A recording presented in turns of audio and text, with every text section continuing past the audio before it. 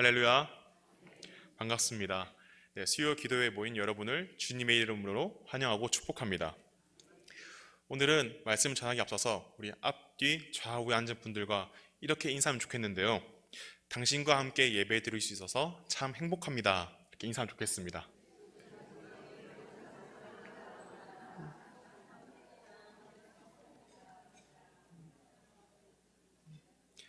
저도 여러분과 함께 또 말씀을 나누고 말씀으로 하나 될 수 있어서 참 행복하고, 또 우리가 혼자 이름을 나왔지만 그 혼자 한 사람 한 사람이 모여서 홍광 공동체라는 이름으로 하나님 앞에 나아갈 수 있도록 우리 모두를 불러주신 하나님께도 감사드립니다.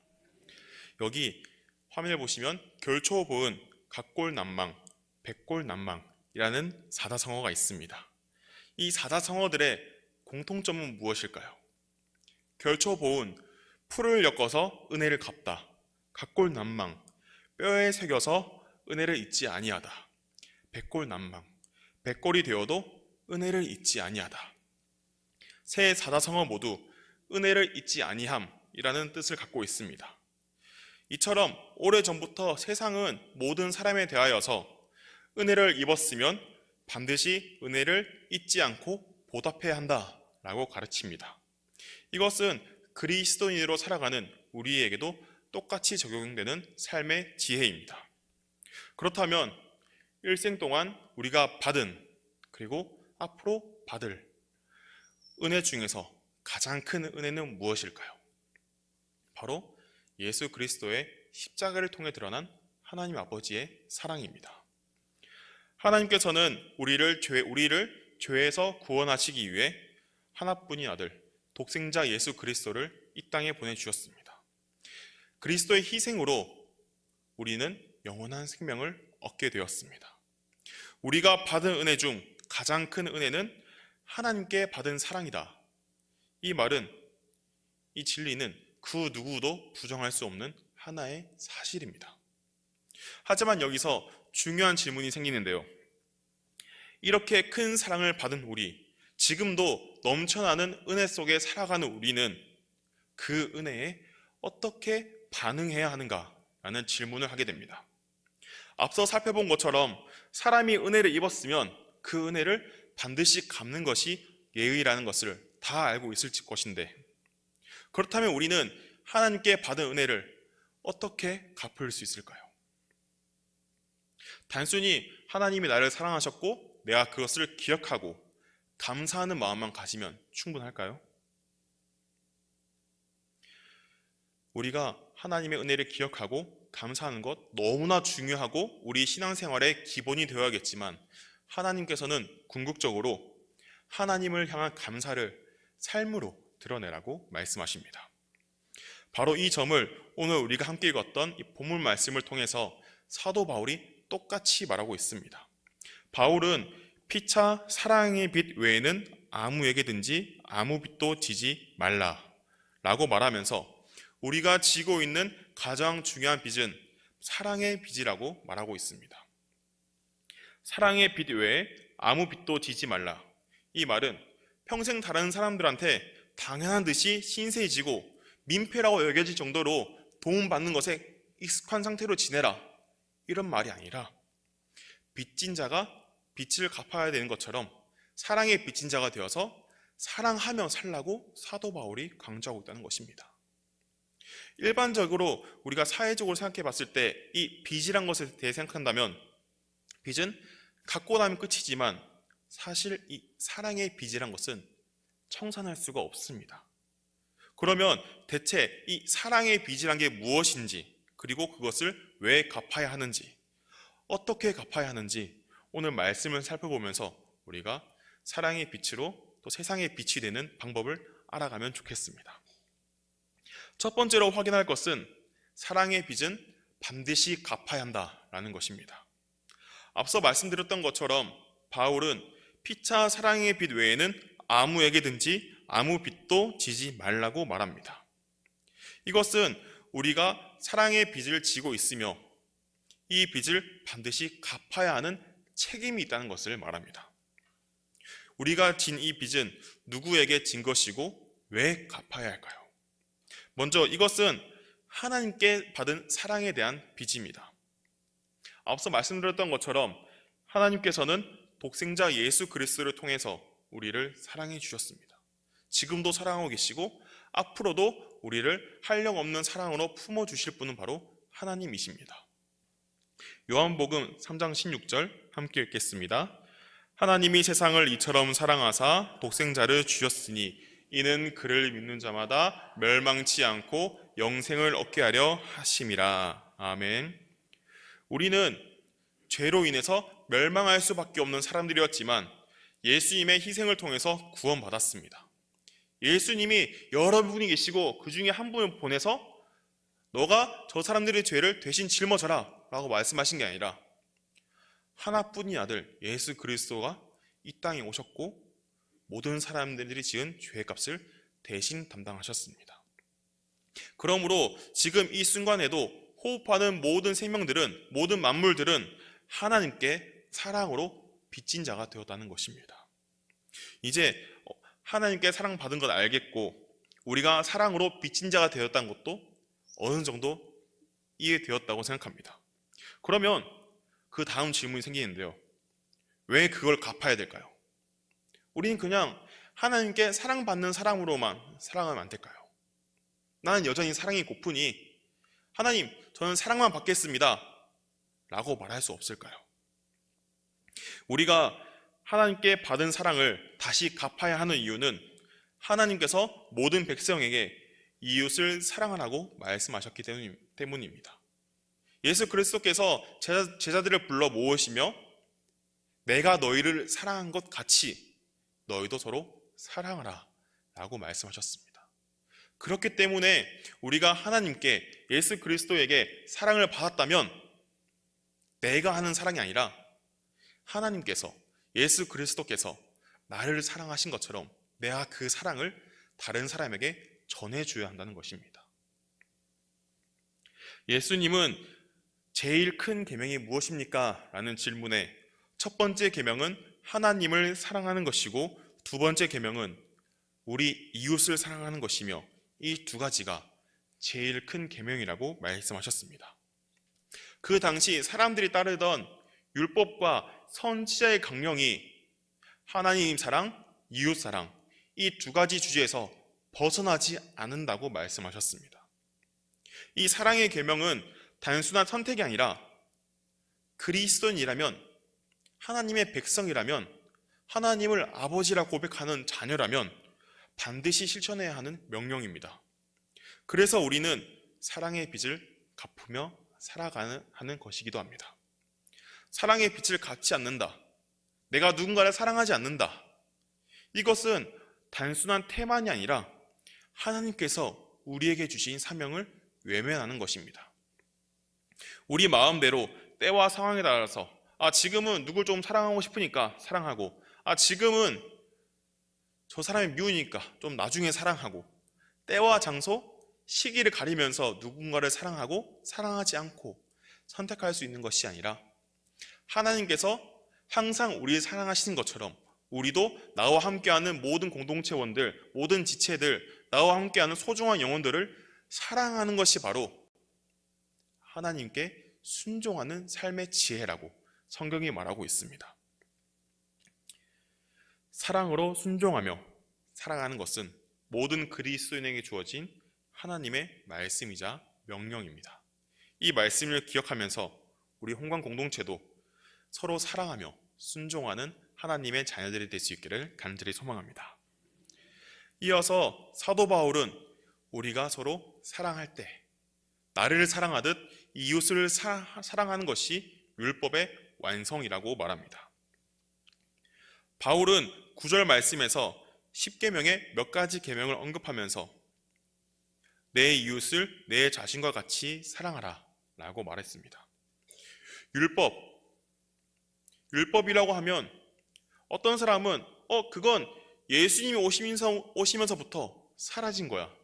어떤 사람은 그거는 구약 시대까지 지켰던 이스라엘 백성들이 지켰던 규칙이야 라고 가볍게 넘길 수도 있습니다. 하지만 율법은 규칙이기 전에 하나님을 나의 하나님으로 고백하는 사람들이 지켰던 약속이었고, 예수님께서도 율법을 폐하러 온 것이 아니라 율법을 세우러 온전케 하러 오셨다고 말씀하셨습니다.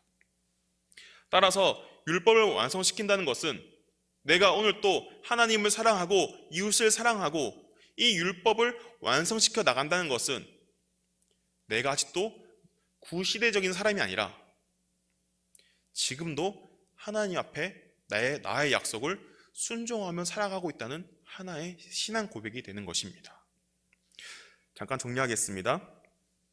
하나님께서 우리와 맺으신 약속의 목적은 결국 사랑을 실천하도록 만드는 것에 있습니다. 율법은 하나님께서 하나님의 백성과 가장 먼저 맺으신 약속이었습니다. 율법이 말하는 것이 바로 하나님을 사랑하고 이웃을 사랑하는 것이란 것을 알았으니 예수님께서 보여주신 삶을 따라 나도 그리스도인으로 살아가겠다는 이 고백이 삶에서 드러날 때 율법을 완성시키는 사람이구나 라고 스스로를 돌아볼 수 있게 된다는 것입니다.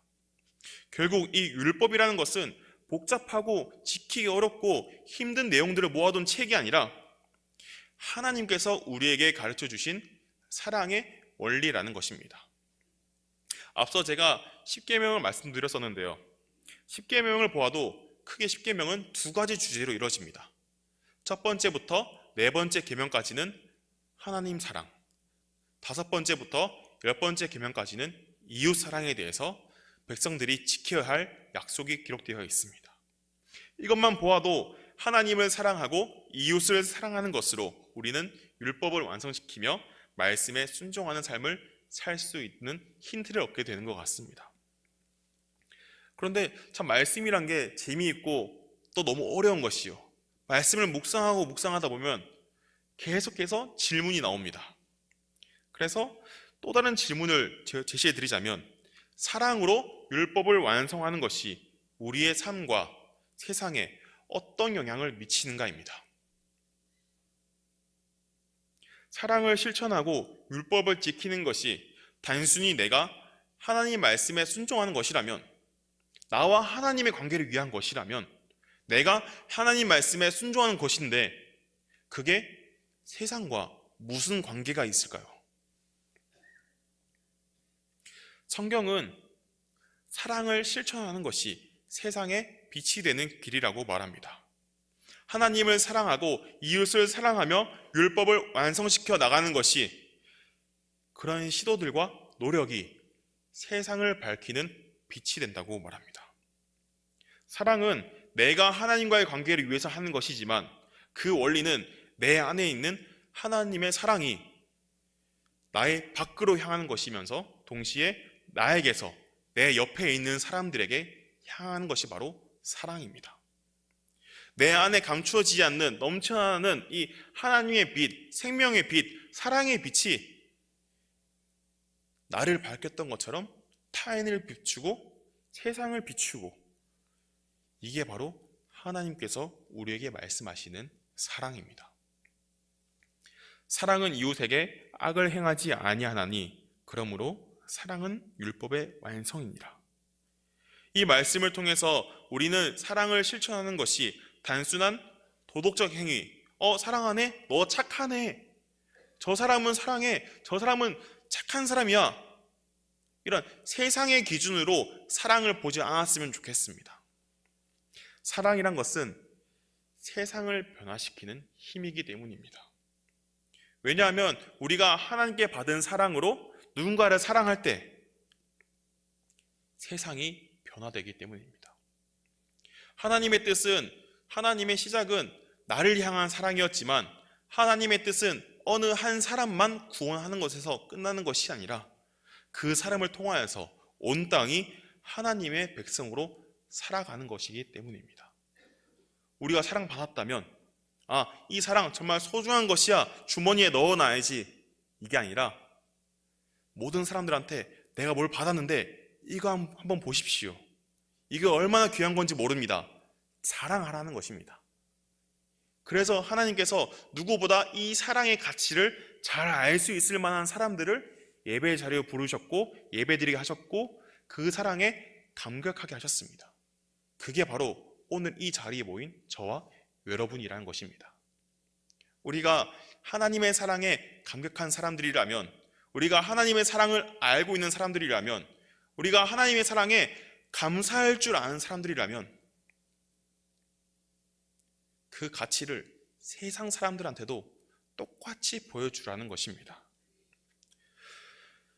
오늘날 우리가 살아가는 세상은 미움과 다툼으로 가득합니다. 하지만 사랑은 악을 이기는 힘이 있습니다. 세상은 힘과 권력으로 상대방을 무너뜨리라고 말하지만 성경은 사랑이야말로 진정한 해결책이라고 말합니다. 우리가 사랑의 빚을 갚아 나갈 때 세상이 변화되기 시작합니다. 여러분이 스스로를 돌아보면 좋겠습니다. 우리가 언제 변화되었습니까? 예수 그리스도께서 나를 위하여 십자가 고통을 당하셨다는 것을 알게 되었을 때, 지금도 하나님께서 나를 사랑하신다는 것을 알고 있을 때 우리가 변화되지 않았습니까? 그것처럼 우리를 통하여 우리 주변에 있는 모든 사람들이 하나님이 나를 사랑하신다는 것을 알 수 있도록 복음을 전하는 복음의 통로가 될 수 있기를 간절히 소망합니다. 우리가 누군가를 진심으로 사랑하고 용납하고 품어줄 때 예수님의 빛이 드러납니다. 예수님은 제자들을 향해, 그리고 오늘을 살아가는 우리 모두를 향해서 너희는 세상의 빛이라 라고 말씀하셨습니다. 불의한 시대에 순결한 정의를 외치고 사랑을 실천할 때 사람들은 우리 안에 계신 예수님을 보게 됩니다. 백문이 불여일견이라는 말이 있죠. 100번 묻고 답하는 것보다 한 번 보는 것이 낫다라는 말입니다. 우리 이웃에게 예수님이 당신을 사랑하십니다 100번 말하는 것보다 진심으로 예수님이 어떻게 사랑하시는지 우리가 한 번이라도 섬긴다면 그게 오히려 더 나을 때가 있습니다. 우리 안에 있는 예수 그리스도의 사랑이 세상을 밝히고 그 사랑을 통해 복음이 전파됩니다. 성령 임재를 경험했던 초대교회는 복음을 전하면서 동시에 섬기는 자로 살아갈 때 세상이 그 사람들을 주목하였고 그 사람들을 통해서 그 사람들 안에 있는 그리스도를 주목하기 시작했습니다. 그러자 초대교회는 성장하기 시작했습니다. 오늘날도 마찬가지입니다. 성령님과 동행하는 우리가 세상 속에서 사랑을 실천할 때 우리의 삶이 곧 세상의 빛이 되어 복음을 전하는 통로가 될 수 있습니다. 이제 말씀을 정리하겠습니다. 사랑의 빚을 갚는 것은 단순한 도덕적 실천이 아니라 하나님 나라의 가치관을 실현하는 것입니다.